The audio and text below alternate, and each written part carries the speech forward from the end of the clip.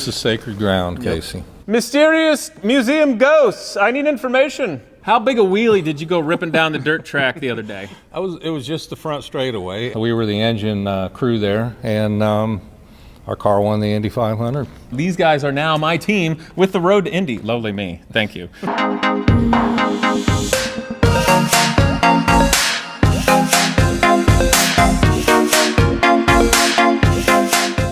KW makes the perfect suspension for every demand. Find them in the description below. What's up, people? We're at a very special place, and I think some of you Uber fans are gonna know what I'm standing by for my campfire light tonight. But come with me, I wanna show you something amazing. So we're gonna have a fun little journey through the darkness. But I wanted to bring you here because I wanted to talk about dreams. Because as campy as that might sound, that's what fuels everything of human history.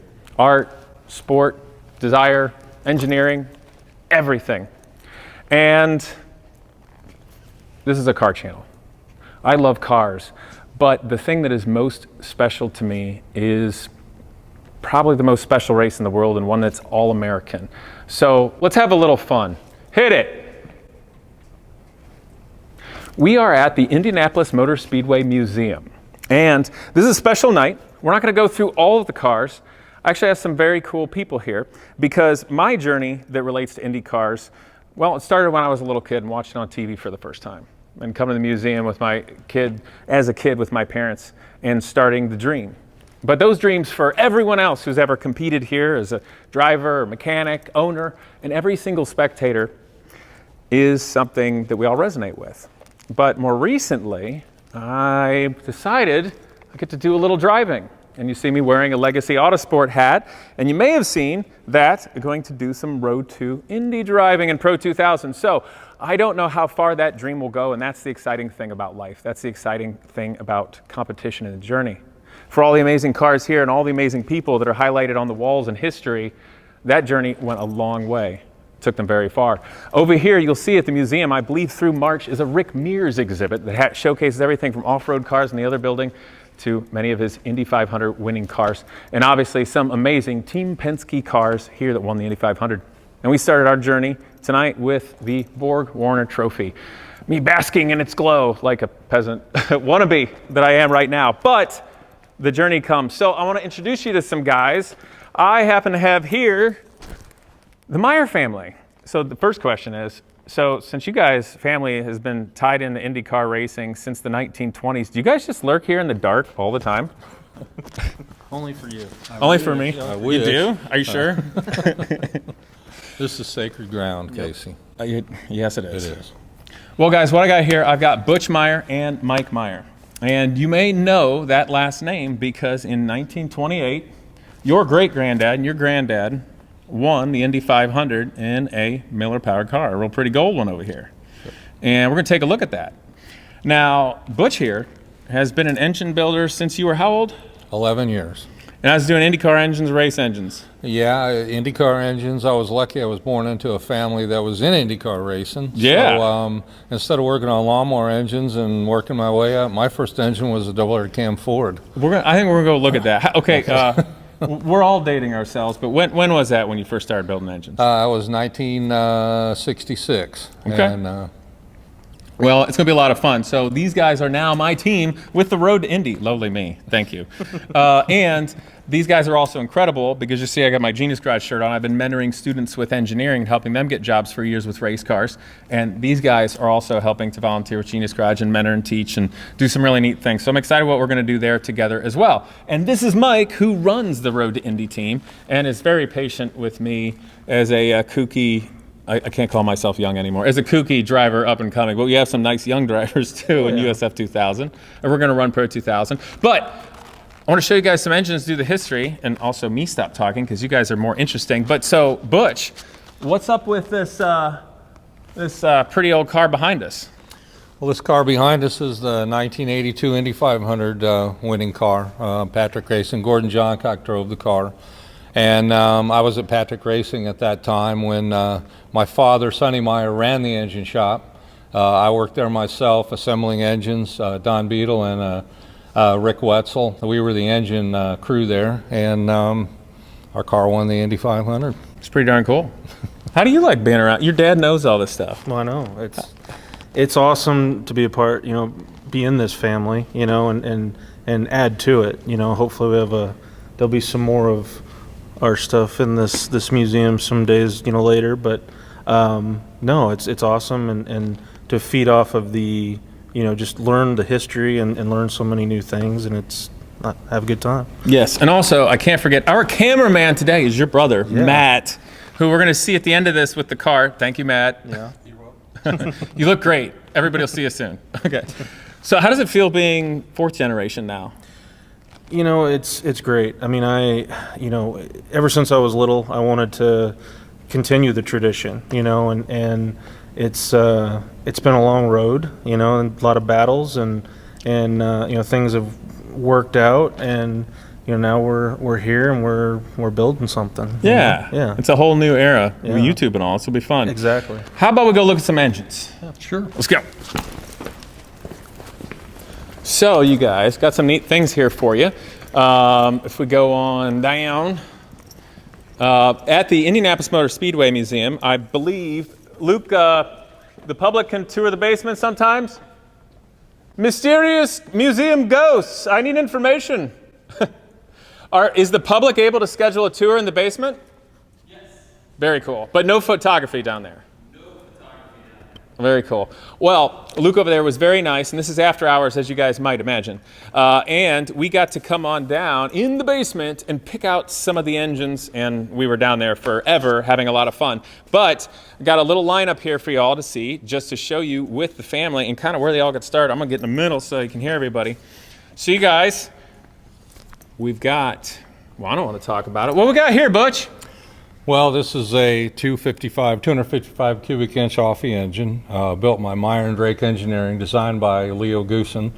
And these engines were a derivative, or they were the next generation of engine from the Miller engine that won a ton of races here at Indy. This engine was in, they first built one at 270 cubic inches, and then this engine here was 255 cubic inches. Made about, I think, maybe 500 horsepower. And then they turbocharged this engine, but they dropped it to 168 cubic inches. And that engine made about 750 horsepower. But if you gave it 100 inches of boost, this motor would sit there and pull 1,000 horsepower all day long. I love how you just roll into it. All right, so Butch still runs a sprint car. And how long has it been since you run a race car before you hop in your sprint car? 40 years. 40 years. Yep. How much horsepower your sprint car make? 820. How much does it weigh? 1,200 pounds. How big a wheelie did you go ripping down the dirt track the other day? It was just the front straightaway. Just the front straightaway?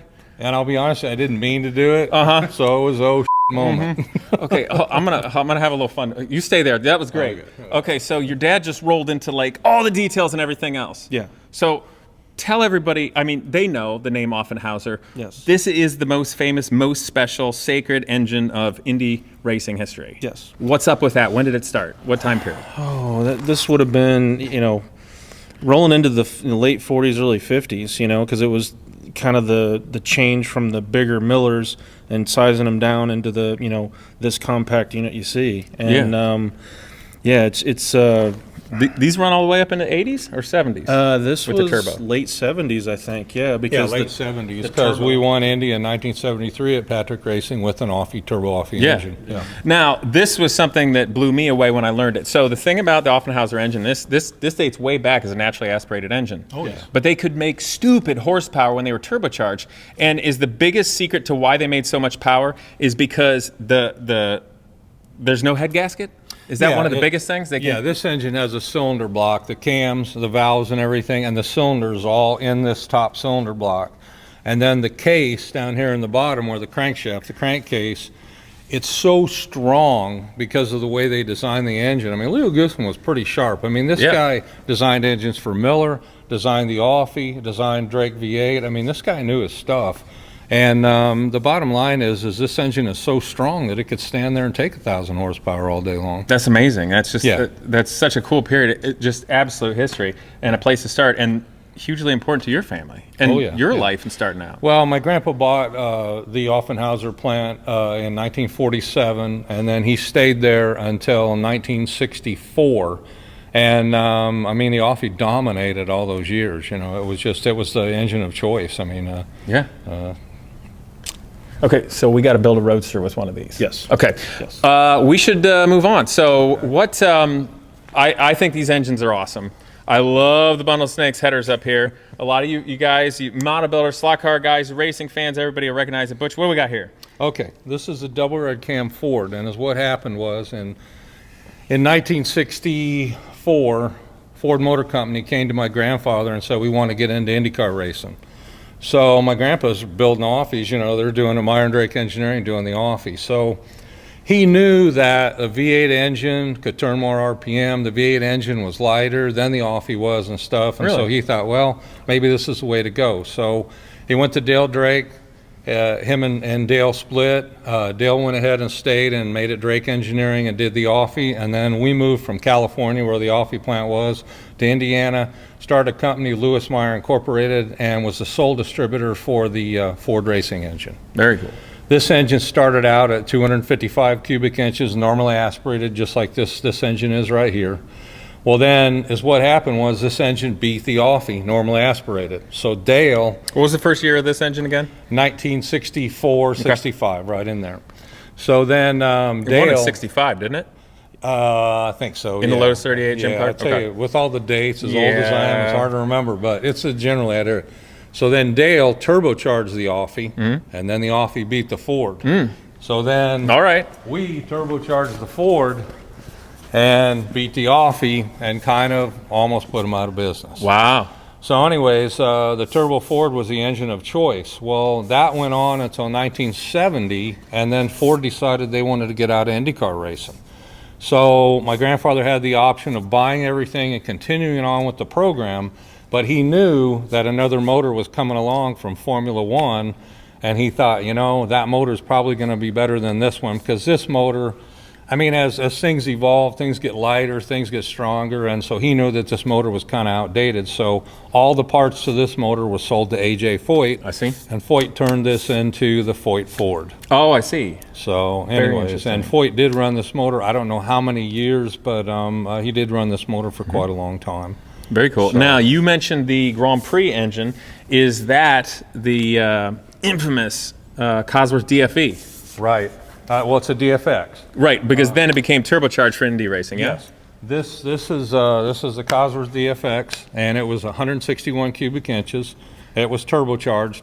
At that time, they started using pop-off valves, and they controlled the boost. This motor would make gobs of horsepower, but because they had the pop-off valve on it, they regulated it, and we were right at about 700 horsepower. Okay.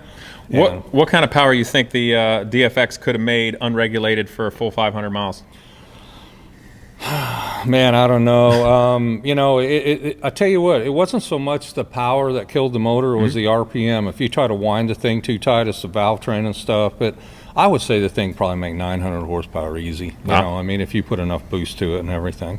Now, when did these first start running? Because to me, this is the 1980s to me. Right. I'm pretty sure, I don't know the start history of it, but they ran them in Europe in Formula One, and that's why they, in fact, I think they ran these till about 1980, 81 in Formula One. Yeah, something like that. And then a gentleman named Larry Slutter, who worked at Vels Parnelli Jones Ford, he got a hold of this engine and from Cosworth and did the development to make it for an Indy car. Yeah. And then in turn, Larry Slutter took over Cosworth of America and ran Cosworth in California. Got it. And Larry Slutter used to be an engine builder at Lewis Meyer Incorporated when we had the Ford deal back in the 60s. Got it. So it's kind of a small knit family, you know. I'm coming right back to that. You there? Yes. So how do these engines make you feel? I freaking love these things, but what does it mean to you? You know, it reminds me when I was a little kid. My dad would take me to the shops on the weekends, and he'd show me how to wash the parts, and I learned so much about the engines. He taught me so much. I'd watch him run the dyno. That was a lot of fun. I was watching him run the dyno. Yeah. Just the hearing the noises, the raw power, and everything. And one of the really cool things was seeing it from start to finish of him building the engine. And the thing that always fascinated me is how, clean and anal he was on everything. Everything on the bench was laid out perfect. Everything was wiped off. You never use a red shop rag when you build an engine because that'll wipe your bearings out. All the little details that over the years just kind of, you watch all that, culminate when he's building that engine. So As a little kid, you realized it was special. it was really cool, and it's all that stuff I remember now, just all the stuff that he taught me, For sure. Well, Butch, now you've done a whole heck of a lot since then. What, kind of in short, what did you do kind of after this time period in the 90s and whatnot? Well, after this engine here, Pat Patrick got in with Chevrolet with Mario Ilian and Paul Morgan on the Ilmor engine, and that was what was coming along in IndyCar. So they sent me to England for a few months, and I trained under Mario Ilian and Paul Morgan, and they taught me basically how they wanted me to build the engines. Because Mario was really fussy about how everything was done, so he wanted to make sure you did it his way. So then after that, moved down to Midland, Texas, and Mario Andretti's team, Bobby Rahal's team, and Patrick Racing had engine builders in an engine shop, VDS Racing, Franz Wies's shop, and it was exclusive. The Chevy engines, Ilmors, were done there. The reason for that is Midland, Texas is out in the middle of nowhere. There's nothing but jackrabbits and oil fields. They didn't want any secrets to the motor getting out, and so they moved us all down there, and we all worked out of one shop. And then it made it easy for the development, because as that motor was being built, we had problems with cylinder heads, valve seats falling out, different things breaking and stuff. So with everybody under one roof, they could get those problems, get them fixed, and continue, and then that evolved into the Ilmor engine. Did, if everybody ended up down in Midland, to have anything to do with Jim Hall being down there? No, I don't think so. Okay. Franz Weiss used to be Jim Hall's engine builder. I see. And when he left Jim Hall, he started his own engine shop. And he had a very good relationship with General Motors. And so they thought, hey, he's out in the middle of nowhere. He's got a fantastic engine shop, got a couple dynos and everything, so let's just use him to build the motors. Well, very cool. Well, I got one little one before we finish up with our big unveil surprise tonight too. So I heard a story that when you were something like 12 years old, you're building motors, maybe a 4-cam, and the driver owner found out that a 12-year-old built his engine, didn't like it. Well, no, I'll tell you what it was, is I used to do, before you actually build an engine, my dad is how he started me, was tearing engines down, washing them up, and then he showed me the machining practices, like honing blocks, cutting seats, doing everything to get the engine back to assemble. And so anyways, when 1970, when the Ford deal shut down, when Ford went away, we kept Lewis Meyer Incorporated and did a lot of outside work. So we did Cosworths, we did Offies, we did Fords, we did Chevys, we did any kind of outside work that would come in motor-wise. Well, a lot of guys would bring their blocks in, or their rods and pistons, have them honed and fit and all that. So if my dad, he'd say, hey, Butch, why don't you go ahead and hone that block or do those rods or whatever, I'd go ahead and do it. Well, a guy come in one day, and he's like, so who did my parts? And I said, I did. I'm paying like a 12-year-old kid to do my stuff for my IndyCar? And I'm like, yeah. So he got my dad, and he was on my dad, and he was upset because he figured you had to be, I guess, 21 years old to be able to do machine work or something, So anyways, but we got it all worked out, and, he was the only one that complained. Nobody else did. Yeah. As long as the work was right, what's the difference, Hey, I think that's a nice little note for anybody young out there, father, son, parents, mother, daughter, whatever. Hey, kids can be smart and do stuff too. Teach them, get them into stuff. Exactly. Machining, welding, fabrication. It's great. Exactly. Well, I tell you what, let's do this. Simon, would you be so kind as to be the camera guy real quick? Come here, I'm gonna do a quick cameo with you. Quick like a money. This here's Simon. He's super fast in a USF 2000 car, and he is gonna be running with Legacy next year, and I'm gonna be running the Pro 2000, so that's Cameo. Will you be the camera guy, please? Absolutely. USF 2000 for Legacy Autosport. Matt, your poor guy behind the camera. What's your deal, dude? I've been talking to these jokers the whole time. Where do you want me to start? I got all kinds of deals. Tell us all of their dirty secrets. Oh. I can bleep it. Hey, I got to ride We'll still home. have careers. Yeah, I got to get Okay, a ride no, home. don't do that. Don't do that. Okay. Well, how about why don't we go look at the car where it all began? How about that? And I'm just going to lead it off. But this is the car that won the 1928 Indy 500. And this car happens to be your great-granddad's car. He drove it. Yes. Your granddad's car. Butch, I'm coming back to you. How's this car make you feel?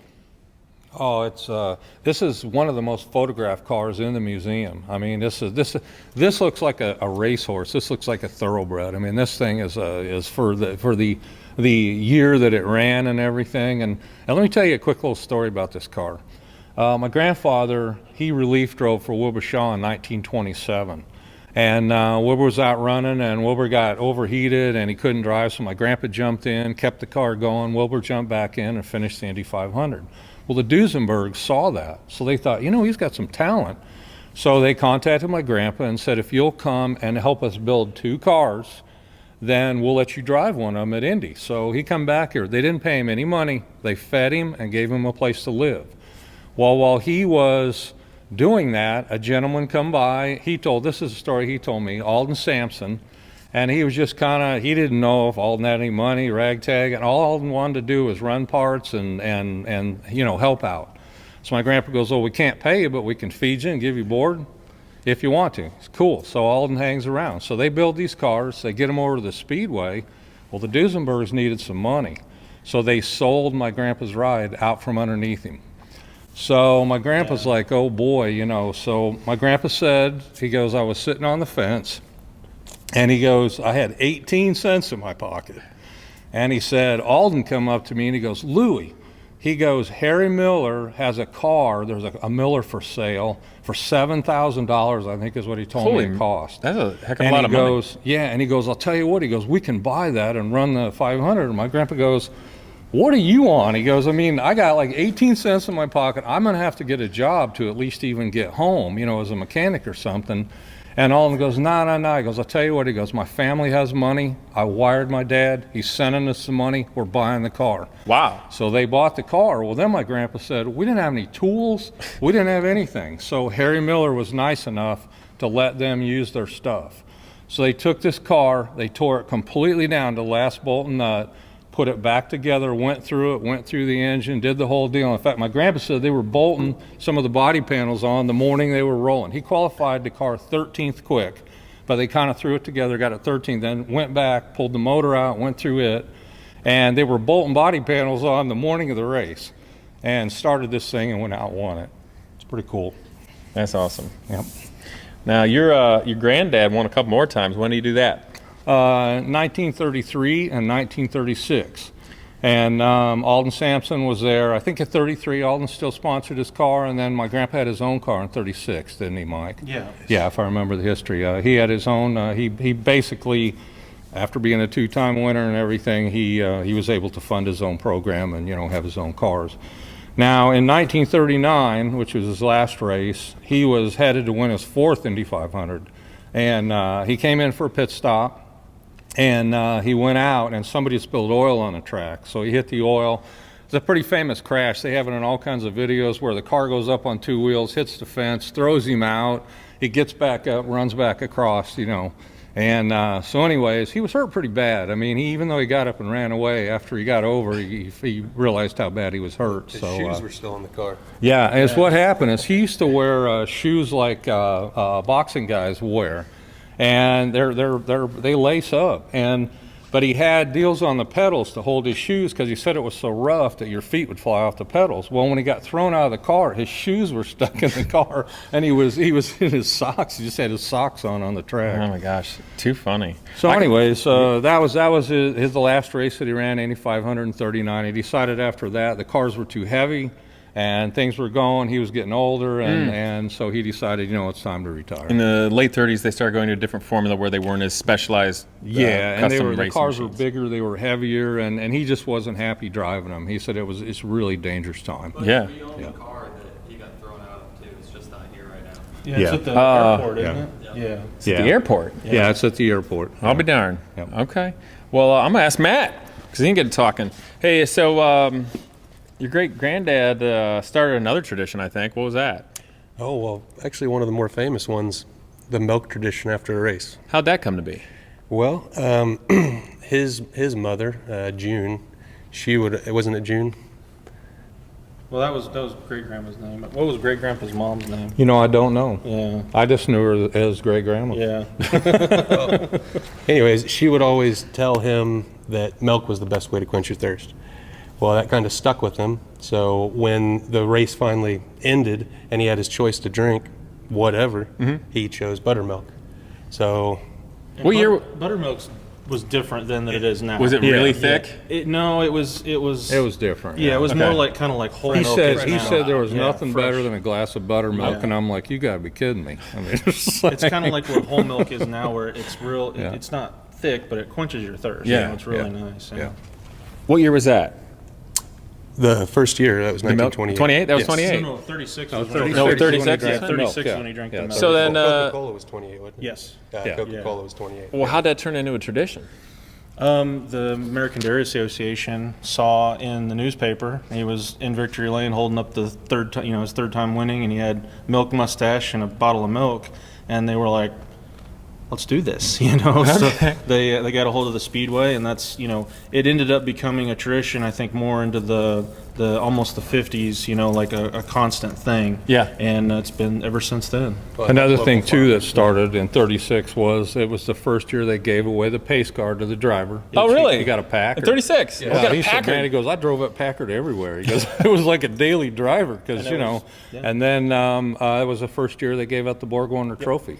And so he got the first actual. It wasn't like now the little trophy. It was on a plaque, and it had Okay. like half the Borg Warner. But yeah, those three traditions basically started in 1936. Wow, how cool is that? Yeah. Well, guys, this is a little longer video, but I thought an amazing one for history. Even if you're not an IndyCar fan, I think you'd enjoy it. But hopefully this will help make you an IndyCar fan. But the museum's actually going to be nice enough that during this weekend, Halloween weekend, I'm here testing the Pro 2000 car. Our camera guys testing a USF 2000 car as well. But they're actually going to wheel this car out, and they're going to get a real neat photo with the family here on the Yard of Bricks again. So I'm really excited about that. Have you guys haven't gotten to do that sort of No, thing? my dad, Sonny Meyer, got to do it, and but I never did get to do that. And that's going to be awesome. I think it's going to be a lot of fun. And so, guys, I couldn't be more excited to be working with you guys. It's Hey, fun. We're excited working with you too. Thanks. Means a lot, actually. No BS, real racers. IndyCar, All-American. It's fun. Smart people building their dreams and going after it. So we're going to just keep going after our dreams and have a little fun. So I hope you guys are clicking that bell and subscribing. Also, please, when you go out there on social media, like the Indy Motor Speedway Museum or IMS Museum for all the ats and all social medias. And actually, it's Indianapolis Motor Speedway Museum, but that's a lot of consonants and vowels and talking. But after you do that, of course, go like everything Legacy Autosport. That is the team we're driving with. These guys are amazing. Going to be helping with Genius Garage and the students, all of my driving. And I can't wait to see what adventures we have and where we get to go. But it's going to be fun. So come along for the ride, guys, and see you next time. Well, a huge thank you to Crushproof Tubing Company. Since 1949 in Macomb, Ohio, they've been manufacturing custom rubber and plastic tubes for every industry imaginable. No tooling or mold costs, fast and free custom samples, and American-made quality is what sets them apart. But for me, I'm most excited about their exhaust evacuation kit. Different modular pieces and their convoluted custom hoses make it so that I can adapt any car, truck, or motorcycle with an internal combustion engine to get those exhaust gases out of my shop so I can keep working in safety and comfort. But beyond just that, they build a variety of hoses for a custom OEM world. You'll see stretchable drain tubing and bellows, as well as agriculture, medical, and military. So again, guys, Crushproof Tubing Company, crushproof.com, and go down in the description below to see where to get your free samples for industry or your exhaust tubing.